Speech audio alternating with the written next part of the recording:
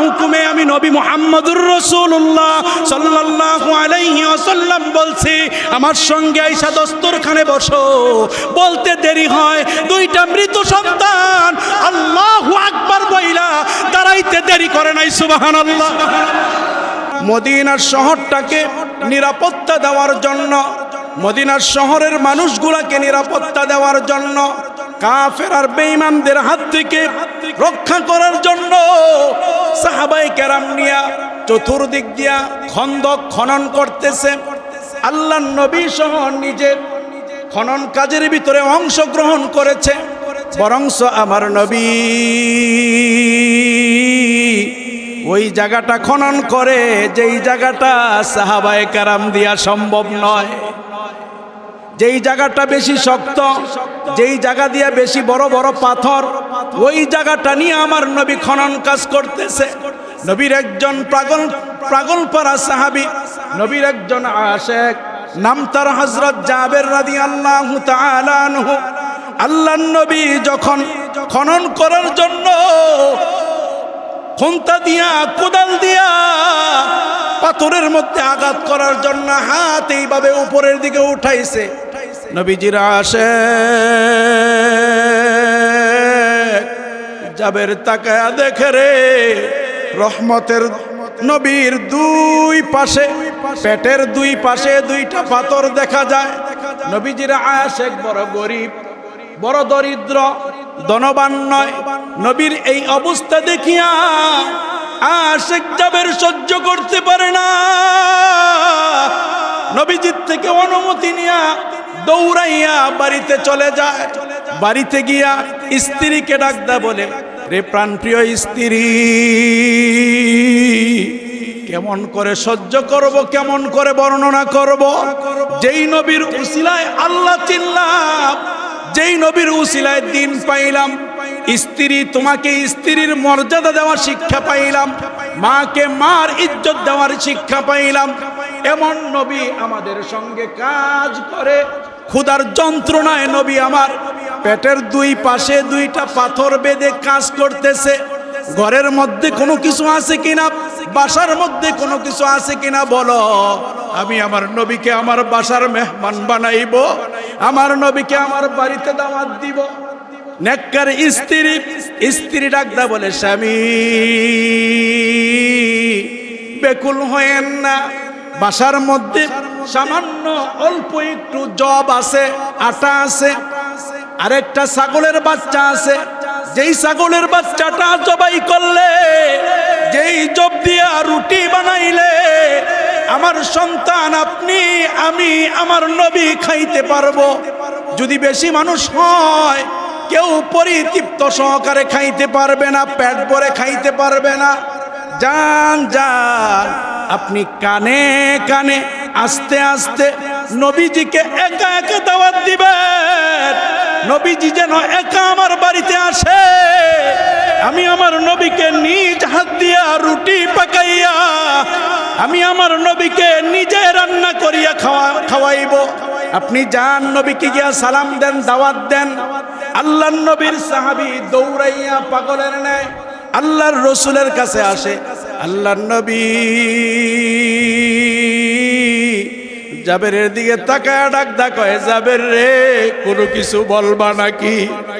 জাবের চোখের পানিগুলা রাখতে পারে না, কানে কানে গিয়া বলে, ইয়া রাসূলুল্লাহ, ইয়া হাবিবাল্লাহ, আমি গরিব মানুষ, আমার অত দরিদ্র, আমার অত ধন নাই, সম্পদ নাই, আমি একজন দরিদ্র সাহাবী।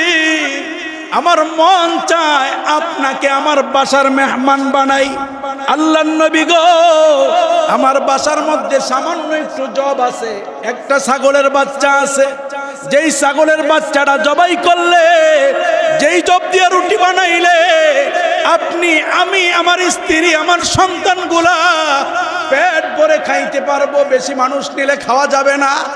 আল্লাহর রসুল কেমন মানবতাওয়ালা, কেমন নেতা পাইছ চিন্তা করো নাই। আল্লাহর নবী জাবেরকে ডাকদা বলে, জাবের রে, দাওয়াত কি আমারে একা দিছ না আমি আমার সঙ্গে আমার সাহাবায়ে কেরামকে নিয়ে নিব? আদর্শবান সাহাবী জাবের নবীর সঙ্গ তর্ক করে না, আদবওয়ালা সাহাবী নবীর সামনে কথা বলে না। নবীজিকে ডাকদা বলে, ইয়া রাসূলুল্লাহ, ইয়া হাবিবাল্লাহ, আপনার যা ভালো মনে হয়, আপনি যা ভালো মনে করেন তাই করেন, আমার কোনো আপত্তি নাই। তবে আমার বাসার মধ্যে ছোট্ট একটা ছাগলের বাচ্চা আর সামান্য একটু জব আছে, যা কিছু করবেন একটু বুঝা শুই না কিন্তু কইরেন। আল্লাহর নবী সাল্লাল্লাহু আলাইহি ওয়াসাল্লাম জাবেরকে ডাকদা বলে, জাবের, আমার সঙ্গে আমার সাহাবী 1000 সাহাবী এখানে কাজ করতেছে। ও জাবের রে, আমিও খাই না, আমার সাহাবীগুলোও খায় না, তুমি টেনশন করিও না, চিন্তা করিও না, যাও যাও প্রত্যেকটা সাহাবীকে আমার সামনে আসতে বলো। জাবের রাদিয়াল্লাহু তাআলা আনহু মনের ভিতরে ভয়, মেহমান দাওয়াত দিয়া যদি নিয়া বাসার মধ্যে মেহমানদারি না করতে পারি, বেইজ্জতি তো আমার হবে। এরপরেও রসুলের হুকুম অমান্য করা যাবে না। প্রত্যেকটা সাহাবীর কানে কানে আওয়াজ দিতেছে, নবীজি তোমাদেরকে ডাকে। সমস্ত সাহাবায়ে কেরাম যখন জড়ো হয়ে গেল, আল্লাহর নবী সাল্লাল্লাহু আলাইহি ওয়াসাল্লাম হাসি মাখা মুখে ডাকদা বলে, হে প্রাণপ্রিয় খনন কাজের সাহাবায়ে কেরামরা, খন্দকের সাহাবীরা, তোমরা শোনো শোনো, তোমাদের ভাই জাবের তোমাকে দাওয়াত দিয়েছে, জাবেরের বাসায় আজকে আমরা মেহমান হব, জাবের আমাদেরকে মেহমানদারি করাইবে। এই কথা শুনিয়া হযরত জাবের রাদিয়াল্লাহু তাআলা আনহু দৌড়াইয়া বাড়িতে আইসা স্ত্রীকে ডাকদা বলে, স্ত্রী রে, সর্বনাশ হয়ে গেছে।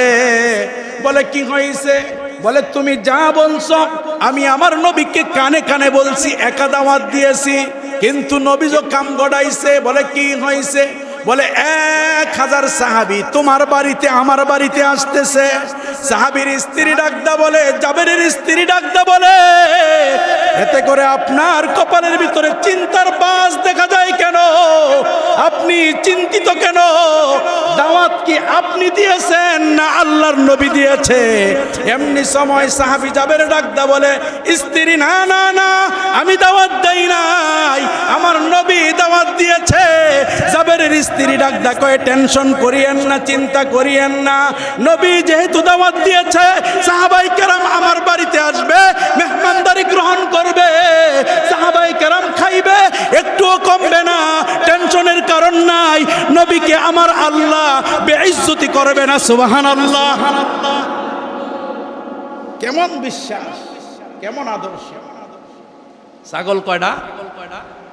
সাহাবী কয়জন? জোরে বলেন। জব কতগুলা? ধরেন 1 কেজি খানি, না হয় 5 কেজি ধরেন। আটা 1 থেকে 2 কেজি, ছাগলের বাচ্চা একটা। বাসার মধ্যে মেহমান আসতেছে কতগুলা? যদি আমগো ইমাম সাহেবেরা এই ঘটনা ঘটাইতো যে হুজুরে দাওয়াত দিছে এক, আর হুজুর যদি 5 জন নিয়ে যায়, তো ঘরের স্ত্রী কইব হুজুররাই মুনই, একজন কইলে 5 জন লইয়া চিন্তা করে না কইতে খাওয়ামু, আজাইরা খায় তো, এর লাগে এই দাওয়াত দেই না। মানে যা বলার হুজুরে বললা একদম দুইয়া শেষ করে দিত। কিন্তু জাবেরের স্ত্রী কি বলছে? দাওয়াত কি আপনি দিছেন না নবীজি দিছে? জাবের ডাকদা বলে, দাওয়াত তো আমি দেই নাই, নবীজি দিছে। বলে যে টেনশন কইরেন না, সম্মানিত নবী এমন নবী যেদিন সমস্ত মানুষগুলা লজ্জিত হবে, যেদিন সমস্ত মানুষগুলা লাঞ্ছিত হবে, যেদিন সমস্ত মানুষগুলা হাহাকার করবে। আল্লাহ পাক কোরআন শরীফের মধ্যে বলেন, ইয়াওমা লা ইউখজিল্লাহুন নাবিয়্যা ওয়াল্লাযীনা আমানু মা'আ নূরুহুম ইয়াসআ বাইনা আইদিহিম ওয়া বিআইমানিহিম ইয়াকুলুনা রাব্বানা আতমিম লানা নূরানা ওয়াগফির লানা ইন্নাকা আলা কুল্লি শাইইন কাদির। আল্লাহ পাক নবীকে জানাইছে আদম নবী নাফসি বলবে, ইব্রাহিম খলিলুল্লাহ নাফসি বলবে, মুসা কালিমুল্লাহ নাফসি বলবে, আপনি হাবিবুল্লাহ উম্মতি বলবেন, ওই দিনও আমি আল্লাহ আপনাকে ইজ্জত দান করব। মুসলমান বন্ধু আমার, হযরত জাবেরকে তার স্ত্রী ডাকদা বলে, আর দেরি করিয়েন না, এবার যান ছাগল যেটা আছে এটাকে নিয়ে জবাই করেন। হযরত জাবেরের দুইজন সন্তান, বড় ছেলেটাকে সঙ্গে নিয়ে ছাগলের বাচ্চারা বাড়ির পিছনে জবাই করবে, জবাই করার জন্য নিয়ে গেছে। বাড়ির পিছনে নিয়ে বাপ বেটা দুইজনে মিলে ছাগলটাকে জবাই করিয়া বাবার মা রান্নায় ব্যস্ত হয়ে গেছে। জাবেরের ছোট্ট ছেলেটা কোথা থেকে যেন আইসা বড় ভাইটাকে ডাকদা বলে, ভাই আমাদের ছাগল ছানাটা কোথায়, আমাদের ছাগলের বাচ্চারা কোথায়? বড় ভাইয়ের চোখের মধ্যে পানি রাখদা বলে, ভাই ছাগলের বাচ্চাটাকে আল্লাহর নবী আমার বাবা জবাই করে দিয়েছে। বলে কেমনে জবাই করছে? ছোট্ট মানুষ বুঝে না। বড় ভাইকে ডাকদা বলে, কেমনে জবাই করছে, কোথায় জবাই করছে, আমাকে নিয়ে যাও। বড় ভাই ছোট্ট ভাইটাকে হাতের মধ্যে ধরে নিয়ে যায়, বাড়ির পিছনে ঘরের পিছনে নিয়ে দেখায় এই জায়গায় জবাই করছে। বড় ভাইটাও বেশি বয়স্ক নয়, বড় ভাইটা বুঝাইতে পারতেছে না কেমনে জবাই করে। পরিশেষে একটা সময় বড় ভাই ছোট ভাইকে ডাকদা বলে, তুমি মাটির মধ্যে শোয়ার পরে আমি জবাই কইরা দেখাই কেমনে জবাই করে। মুসলমান বাইরে আমার ছোট্ট মানুষ বুঝে না, ছোট ভাই শুয়ে পড়ছে, বড় ভাই সূরা চালাইয়া ছোট ভাইটাকে জবাই করে ফেলছে। ছোট ভাইকে জবাই করার পরে দেখে রক্তর ফিনিক দিয়ে রক্ত বের হইতেছে। রক্ত যখন বের হচ্ছে, ভাইটা কাতরাচ্ছে, দাপা দাপি কাতরা কাতরি করার পরে একটা সময় গিয়া ছোট্ট ভাইটা নিস্তেজ হয়ে যায়। বুঝতে পারে আমার ভাই দুনিয়ার থেকে বিদায় নিয়ে গেছে, ভাই দুনিয়াতে নাই। এই কথা বুঝার পরে মাথার মধ্যে আসছে, যদি বাবা জানতে পারে, মা জানতে পারে, আমাকে মারবে, আমি আর এখানে থাকবো না। বাড়ির সামনের থেকে দূরে চইলা গেছে। অনেকক্ষণ পরে সন্তান দুইটা যখন বাড়িতে আসে না, মা ডাকদা বলে, আমার সন্তানগুলা কোথায়? সন্তানগুলাকে একটু তালাশ করো। বাবা তালাশ করার জন্য বের হয়েছে। বড় ভাইটা মারের বয়ে বাবা প্রহর করবে, মারবে, ধমক দিবে, বকা দিবে। এই কারণে বিশাল বড় একটা গাছের উপরে উঠে বসে আছে। বাবা মা কি করে এই জিনিসগুলা দেখার জন্য। ও মুসলমান, বাবা সন্তানকে বিশ্রাইতে বাড়ির পিছনে গিয়া দেখে ছোট্ট ছেলেটার লাশ পড়ে আছে। একটা চিৎকার মারে, কই গো তুমি? আমার ছোট্ট দুলাল, আমার ছোট্ট মানিককে কে বা কারা যেন জবাই করে ফেলেছে। বাবার চিৎকার দেখে বড় ভাইটা গাছ থেকে সহ্য করতে পারতেছে না। আমি এটা কি করলাম? এমনি সময় আইসা দেখে সন্তানের দেহটা পড়ে আছে। স্ত্রী ডাকদা বলে, এইভাবে হাহাকার করলে তো আর হবে না। আল্লাহর মাল আল্লাহ নিয়ে গেছে, চিন্তা কইরেন না, টেনশন কইরেন না। আপনি আনন্দিত হন যে আপনার বাড়িতে সরকারে নবী মুহাম্মদুর রাসূলুল্লাহ আসতাছে। আপনার কপালের ভিতরে যদি চিন্তার ছাপ দেখে, আমার কপালে যদি চিন্তার ছাপ দেখে, নবী আমার খানা খাইবে না, আমাদের মেহমানদারি গ্রহণ করবে না। আমরা আমাদের কষ্টটাকে বুকের ভিতরে চাপা দিয়া চেহারার ভিতরে কে হাসি ফুটায় রাখবো, যাতে আমার নবী না বুঝতে পারে নবীর কেমন আসে।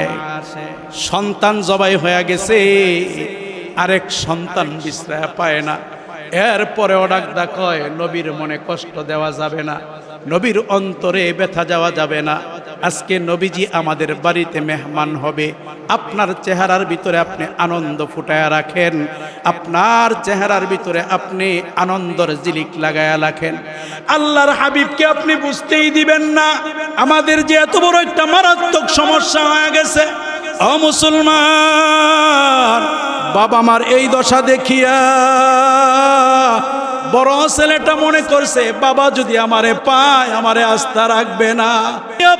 গাছ থেকে লাফ দেয়, জমিনের মধ্যে লাফ দেওয়ার সঙ্গে সঙ্গে ওই বড় ছেলেটাও জায়গার ভিতরে স্পট ডেড হয়ে যায়, এই সন্তানটাও নিহত হয়ে যায়, এই সন্তানটাও মারা যায়, দুই সন্তান মৃত। এমত অবস্থায় স্বামী আর স্ত্রী পরামর্শ করে, না না, শোকের মাতাম করা যাবে না, শোক এটা সামনে আনা যাবে না, এই কষ্টটাকে আমাদের চেহারার মধ্যে আমরা ফুটাইব না। কেননা আমাদের বাসার মধ্যে সরকার আসতেছে, মুহাম্মদুর রাসূলুল্লাহ সাল্লাল্লাহু আলাইহি ওয়াসাল্লাম আসতেছে। এর থেকে বড় আনন্দের বিষয় আর কি আছে?